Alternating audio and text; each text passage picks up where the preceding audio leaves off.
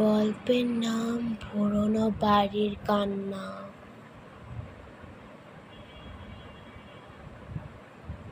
গ্রামের এক কোণে দাঁড়িয়ে আছে শত বছরের পুরনো এক দোতলা বাড়ি। চারপাশে ঘন বটগাছ, আর রাতে সেখানে বাতাস বয়ে গেলে মনে হয় কেউ যেন ফিসফিস করছে। গ্রামের মানুষ বলে ওখানে মহুয়া নামে এক মেয়ের আত্মা ঘুরে বেড়ায়।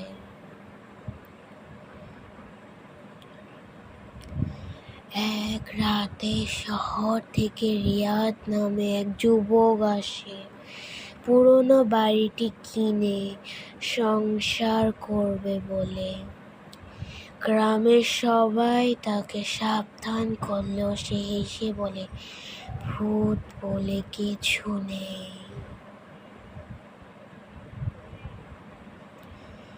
প্রথম রাতেই অদ্ভুত ঘটনা শুরু হয়।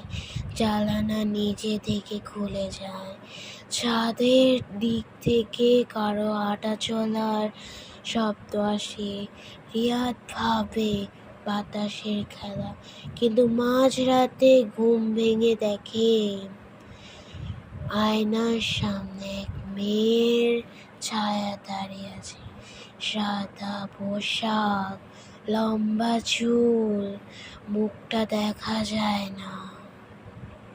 সে মৃদু স্বরে বলে, আমার কক্ষ কেউ দখল করতে পারে না।